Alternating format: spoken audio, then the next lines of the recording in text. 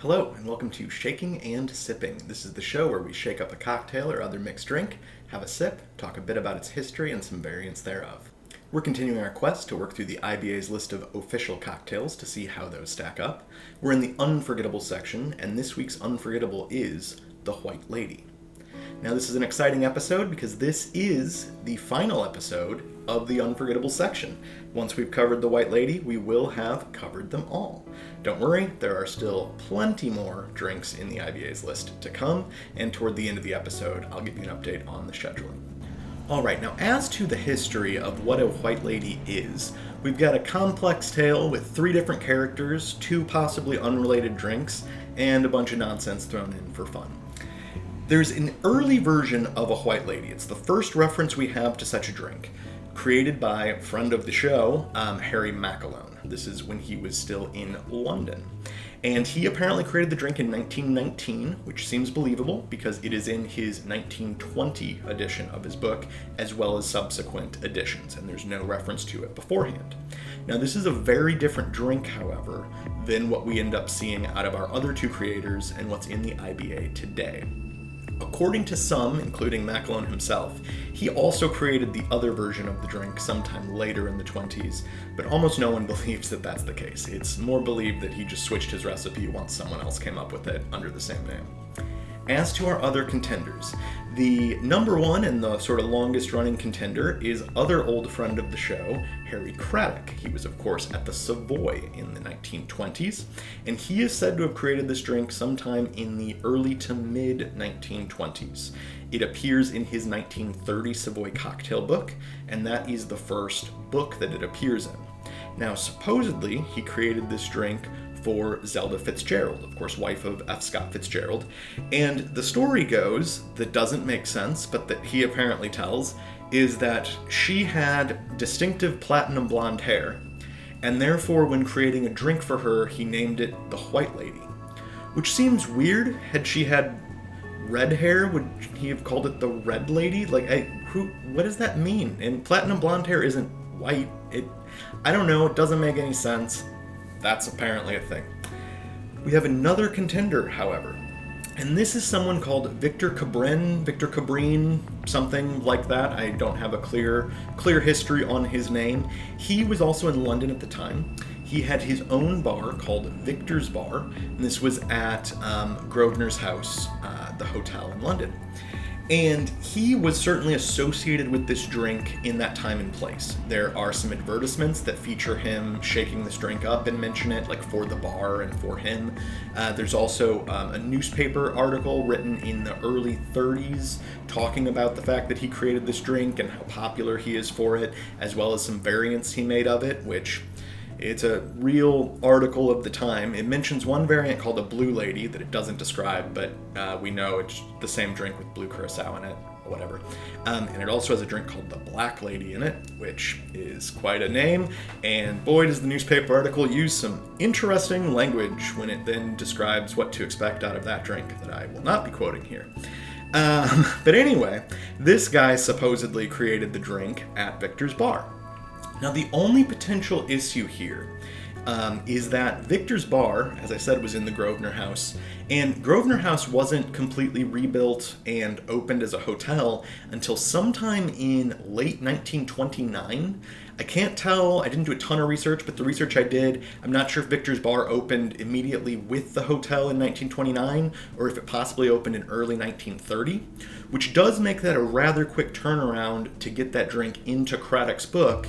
If Craddock's writing that book, it's published in mid-late 1930, so he would have written it, beginning of 1930 at the latest. So that's a quick turnaround, not entirely sure. So in closing, after that very long history, it's pretty clear that MacElhone created a drink called the White Lady back around 1919, and then someone else, maybe Craddock, maybe Victor, maybe someone else, created a gin version, which we know today as the White Lady, sometime in the 20s. All right, that was a ton of history. I thank you if you were willing to bear with me on that. We're going to do 3 variants of the drink today. We're going to make the very original MacElhone spec, the very different drink. Then we're going to make the IBA spec, which is very similar to like the Cognac spec. And then finally, we're going to make a more modern, I guess, version that some folks prefer, where we add an egg white, we add a little bit more sweetness, tweak the proportions a little bit. All right, I am done talking. Let's make version 1. All right, so what all these drinks have in common is that in each one, we are going to have a lot of triple sec. That's really all these drinks have in common. So we'll start with that. Most of these early recipes actually have Cointreau as a call here, because Cointreau is sort of the classic triple sec. And we're gonna take a massive 1 1/3 ounce pour of triple sec. So that's gonna be 40 milliliters. Then we'll have much smaller pours of our other 2 ingredients. First is going to be crème de menthe. We want we want 1/3 of an ounce, so that's going to be about 10 milliliters. And then finally the same 1/3 of an ounce of cognac. We're using Pierre Ferrand 1840 as usual. And that is it. I'm gonna grab some ice, we'll give it a shake.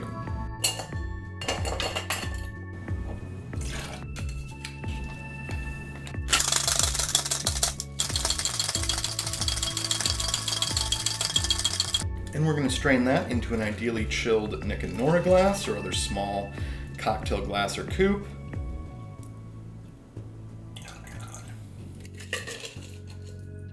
And this is a drink I'm very curious to try. I've not tried this one yet. This is the 1919 Harry MacElhone spec White Lady. So nose, very Cointreau. It's sort of citrus, but it's not quite fresh citrus. It's sort of indeterminate citrus with just a hair of that cognac, I guess is what that is. Yeah, I was gonna say it almost smells like Grand Marnier, which is basically Cointreau if it was made with cognac. So that's kind of what it smells like.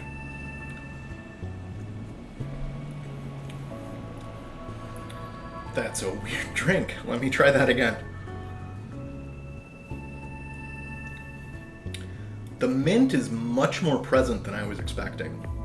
Despite it being mostly Cointreau, and the nose being almost entirely Cointreau, the body of the drink is mostly mint.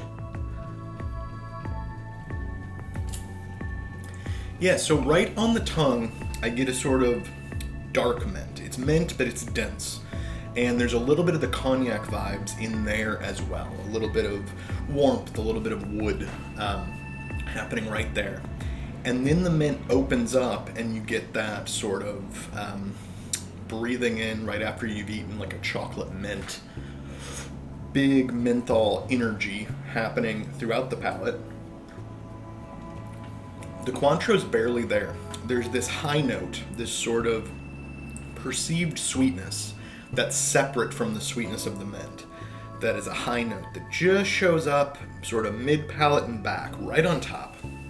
And that's where the Cointreau is. I also kind of tasted a little bit in the aftertaste. There's a lingering, slight citrus, sort of unplaceable citrus quality.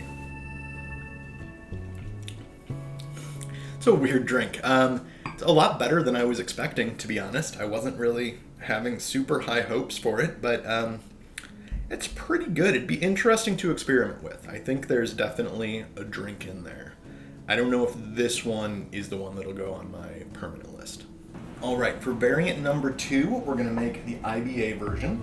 So we are gonna start off with lemon juice. You can see this is quite a different drink. We wanna get 20 milliliters, that's about 2/3 of an ounce, of our lemon juice. Not quite enough.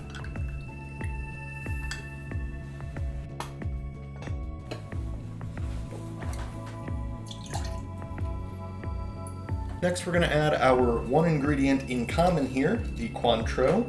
IBA just says triple sec, but the original Cognac recipe calls for Cointreau by name, so we shall oblige. We want 30 milliliters or 1 ounce. And finally, we want a dry gin. I'm using Beefeater here. It's not my absolute favorite, but it's a classic London gin, and I've got it lying around after that Moon Age Daydream episode that I did a while back. We want 40 milliliters of this, about 1 1/3 ounce. And I'll get some ice.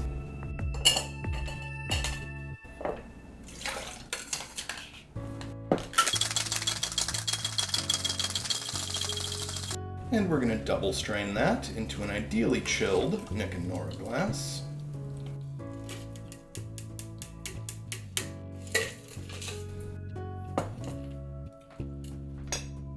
And the IBA does not call for a garnish here, so we shan't use one.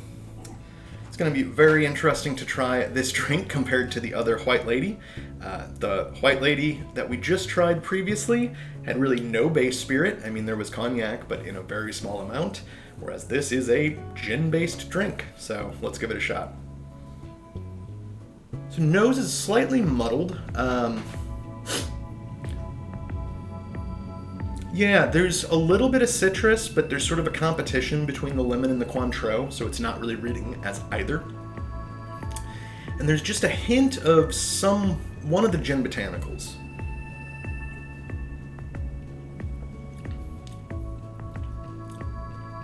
It's good.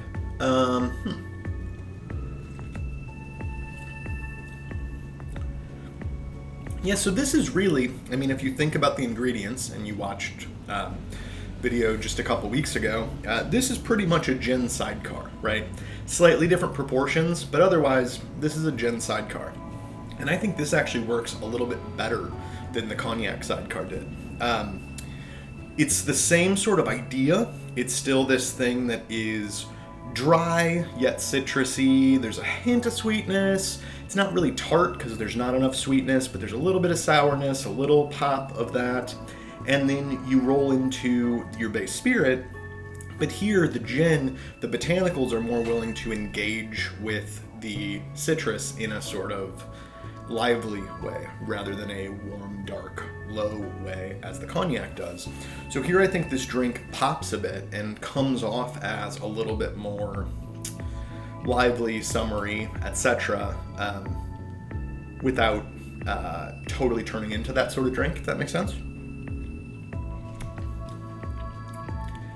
Yeah, it's good. It's not amazing, but sidecars aren't my drink either, so it might not be targeted toward me. But it's a solid drink. I'd give it a try. For our final variant, I'm going to make a modern update. I'm going to go ahead and follow Simon Difford's version. I've seen a few modern versions that change proportions a bit and or add either a sweetness element or an egg white element to play this more as a gin sour. I saw he had a version that went back to basically the same formula as the Craddock version, but with the addition of some of those other things, so I figured we'd give that a try. So he first calls for us to express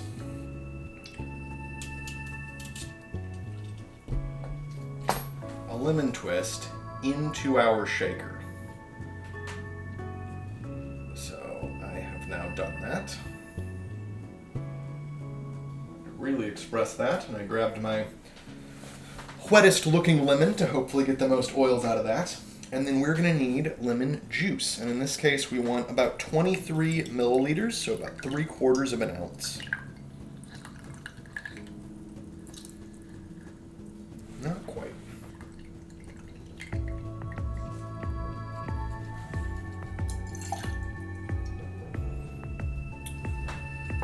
Then we want 1/3 of an ounce or to taste of a 2-to-1 simple. So that's about 10 milliliters. I'm going to go slightly lower. We can always add some more later. I'm going to go about 1/4 of an ounce. So that's between 7 and 8 milliliters.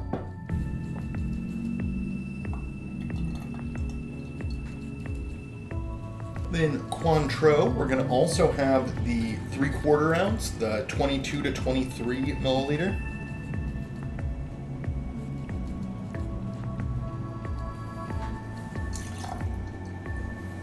For gin, we want 1.5 ounces. That's about 45 milliliters.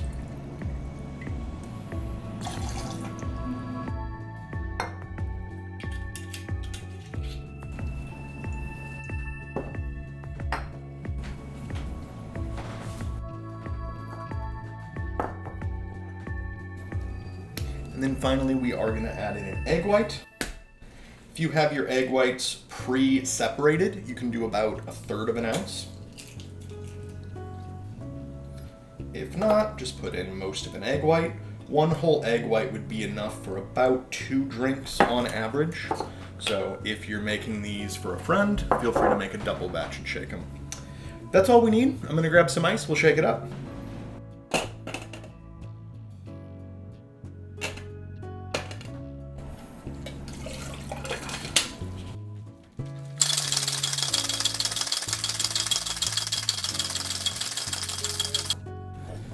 Then we are going to strain this back into our shaker tin.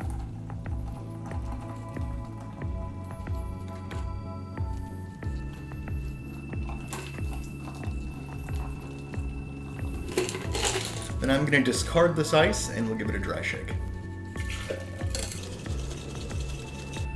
And then we'll go ahead and double strain that into an ideally chilled coupe. I'm not sure why Difford prefers to do the dry shake following the wet shake. I usually do it the other way, but this seems to work very nicely. I'll try to give you a close-up in a moment, depending on whether or not the camera got it, but we have a very nice head on that.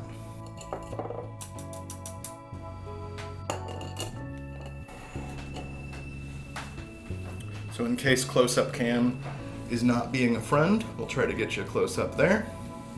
And this is the Simon Difford's Guide version of the White Lady. So nose, I get a little bit of citrus coming through, and then I do get a little bit of that egg white sort of funk.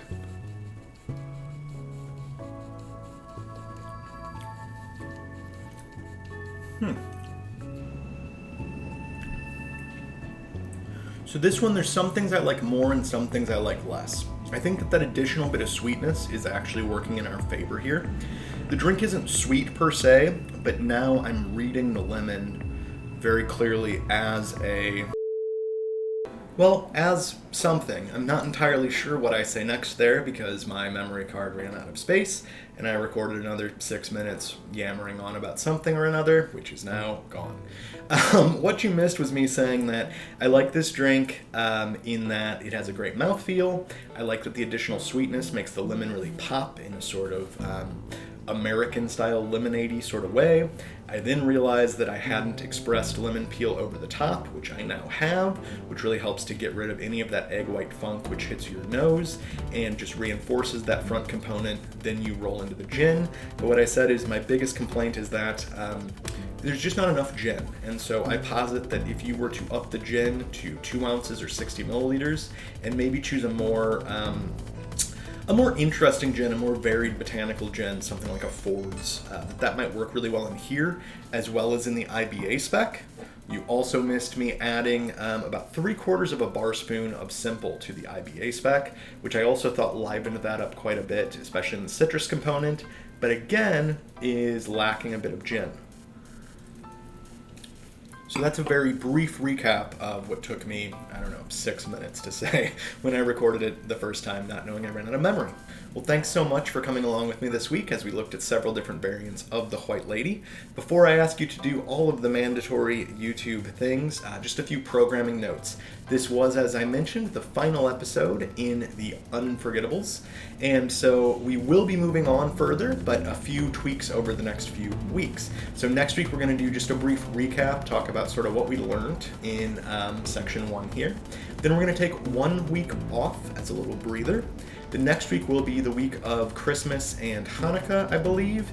And so that week we'll do something holiday themed, Christmas themed, something. I have a few ideas. If you feel strongly about something, I've not recorded that yet, so please feel free to comment below and let me know. And then the next week, which will be New Year's week, we'll be starting the next section of the IBA's list. And the first drink on that is very appropriate, I think, for a New Year's drink. So that'll be a perfect start to ring in the new year. Please do all the YouTube things, like, comment, share, subscribe, bell ring, watch all the other videos. We've done all the drinks in IBA's section 1 here, so go back and watch them if you haven't. The first few especially have some real questionable audio-video quality, but it does get better, I think.